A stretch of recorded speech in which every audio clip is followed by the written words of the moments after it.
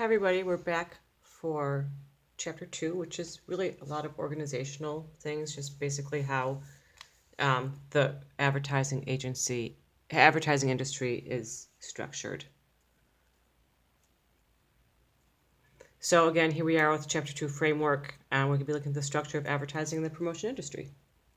Pretty straightforward. Okay, so there are the advertising agency is a little bit of, I'm constantly in transition just because technologies are always changing and the marketplace is always changing as well. So there are some things, particularly I think probably the biggest one is consumers want to avoid ads at all times. We want more control, and social media has just been such a change, such a game changer in terms of accessibility and that kind of thing. And also the idea of the ability to target certain customers. So what are some of the trends? Consumer control is probably the first and foremost one that we have. Everything is on demand. Social media has also changed it, that information is shared between individuals and groups, and it's much easier to track people. Blogs, of course, people can write their own blogs and share information with like-minded people as well. And then DVRs, or digital video recording, has also changed, that people, when they're watching television, do not have to can skip ads. Okay, also this whole idea that there have been so many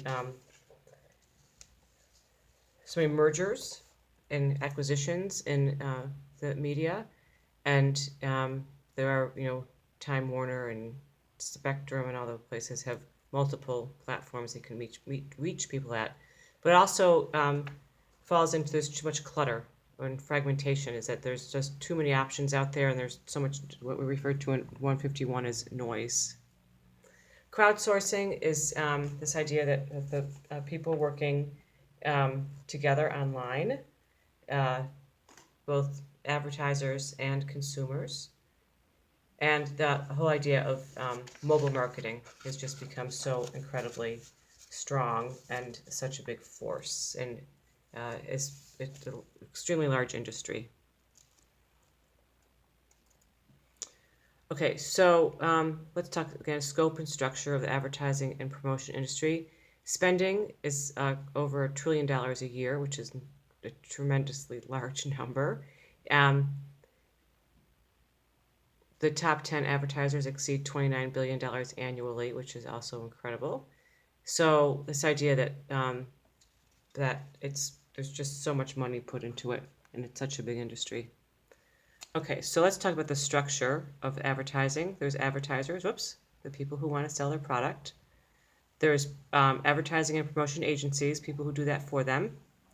There's external facilitators, the media platforms, the television, the radio, the online platforms, and media organizations themselves, and then eventually reaching the target audience. So this is from the book. It just gives you, again, an idea of who some of those groups are that we just talked about, who the advertisers are, the promotion agencies, the external facilitators, the media organizations, and then the target audience. It's just a little different picture. Okay, so advertisers, there are all sorts of, who are the advertisers? It could be businesses, it could be not-for-profit organizations, SPCA, Red Cross, that kind of thing, government agencies, anyone who really wants to communicate with the target market, and those people are known as the clients. So Procter & Gamble, Verizon would be one, a trade reseller would be Sears or McDonald's, government, the federal, state, or local governments,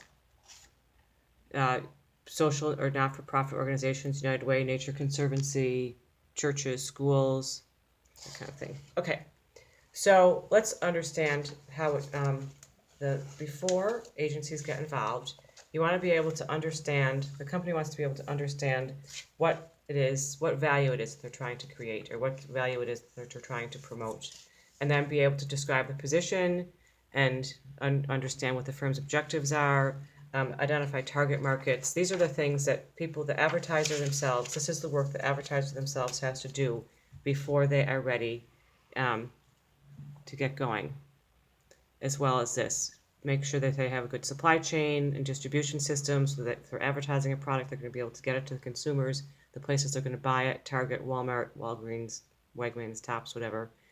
And be able to be committed to use advertising to actually grow the brand. And they are known as those are the clients. These are the clients. Those are the people that the advertisers work for. All right, so next we'll talk about advertising agencies. Organizational professionals who provide creative and business services, planning, preparing, placing ads, coming up with creative. You can have a full service that includes everything from the start to the finish, coming up with the strategy and then implementing it. Or you can have a creative boutique. The folks at the creative boutique just do the creative concept development, the artwork and the writing and that kind of thing.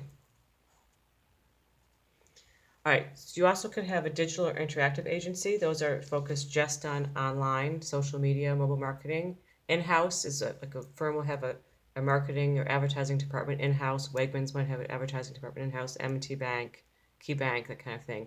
Then media specialists are people who are all they do is they buy time and space on television, radio, and online. And they represent and consult to the advertising agencies and the advertisers. Okay, promotion agencies. They might do samples in a store. They might do event promotions, retail promotion tie-ins with specials at certain stores. They can have direct marketing and database agencies that they manage large databases of mailing lists. The whole idea of big data. They would be direct response agencies. So looking for send out a postcard or a letter or something like that. And then fulfillment centers ensure that people receive the product. They get the orders and then they ship them out. It's a fulfillment center. Okay, and then there's sales promotion, contests, sweepstakes, special displays, a coupon, rebates, that kind of thing. It could be for a consumer, people like you and me, or trade market sales promotions, actually for a business that maybe gets a rebate or so, through the distribution chain with discounts and that kind of thing. And then event planning agencies, they just specifically they do events and parties and product launches and things like that. And events are a really important part of integrated brand promotion for companies. Okay, so also we talked about design firms. They create logos. They might do the photography, any kind of graphics, that kind of thing. Public relation firms will deal with the publics. They deal with people's relationships with the media, local community, other competitors, industry associations, government organizations, lobbying. If it's a nonprofit, they'll deal with donors. Oh, here we go. Traditional structure for a full-service advertising agency. Again, this is from the book, and you can look at it a little bit more closely on the slides that I posted on Blackboard. But it's just to give you a kind of a visual as to what goes on, or how they're all structured. I find that oftentimes pictures help me understand things better, so I like to share them. All right, so advertising services, what are they? Account services, they might identify what the benefits are that your brand offers. They might do some research for you, figure out what your best competitive positioning is, and they'll do the whole plan. Then marketing research services, they locate studies that have been done on the markets. So it would be secondary research, or it could be competitive marketing research. And then the account planner makes sure that all the research is integrated into every plan, and that it's being interpreted properly, and that people are understanding, making the best use of the data they have. Okay, so creative and production services, just that. They come up with the concept of, the tagline, so to speak, that will, or, the spokespeople, that kind of thing. And then they also deal with the production services in terms of turning it into an ad or a direct mail piece, or the marketing collateral, or an ad on online, or a radio spot, or something like that. Okay, so then there's also other types of services that agency partners provide. Media planning and buying, which we talked about that, actually going out and buying ads at a certain time. Um, it has become more automated. The idea is that it's just all things have gone more digitized because we have so much more information. And consultants, though, can really be very important if there's some kind of crisis communication that needs to go on, big data analysis, some kind of event sponsorship, getting people in to help with this event sponsorship, see how productive that is, if it has been profitable. All right, so this is somewhat important. It's important to understand how agencies get paid. There's usually some level of commission. They have a budget. They bill a client for a certain amount. There's for any kind of services or media that they bought, and then they would earn a certain commission. And again, it can change from place to place, but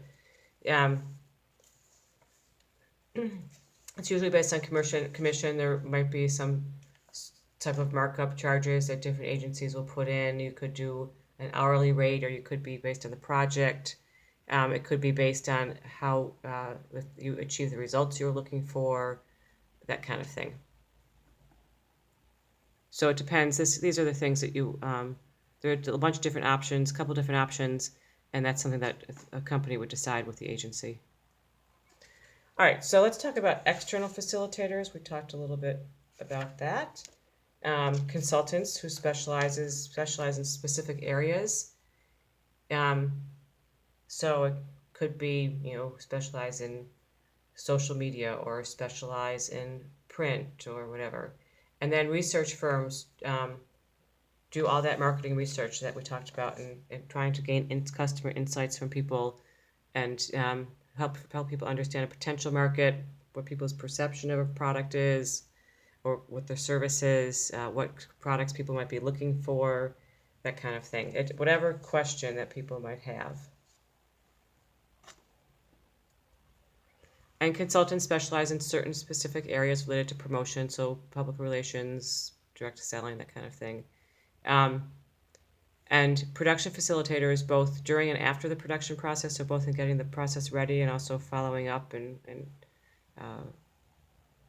with the media platforms, that kind of thing.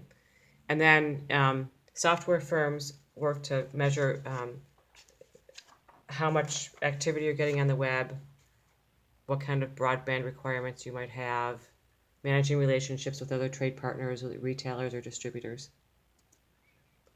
Okay, so different media organizations. There's broadcast, print, and digital, which of course is TV, radio, satellite services, print, magazines, direct mail, newspapers, any kind of specialty print that may go out. Then digital interactive media, social media, internet, iPad, any kinds of working on your smartphone. If you go through Google or Facebook, as if you think of those as an advertising agency or an advertising outlet, which they are. So support media also would be outdoor advertising, any kind, again, event sponsorship, premiums. If you buy a certain amount, might get a free bag, or you get a T-shirt or baseball cap or something like that. Point of purchase displays, which we talked about. Branded entertainment for events, and then there are so many media conglomerates. Disney is one of the ones that we really don't think about that much. That one, ESPN, Disney, and ABC, for example. And then there's also been lots of changes in target audiences in terms of, we talk about behavioral. That's really been driven by the online, with the proliferation of social media and keeping track of what it is you've searched for, that kind of thing. And you want to make sure that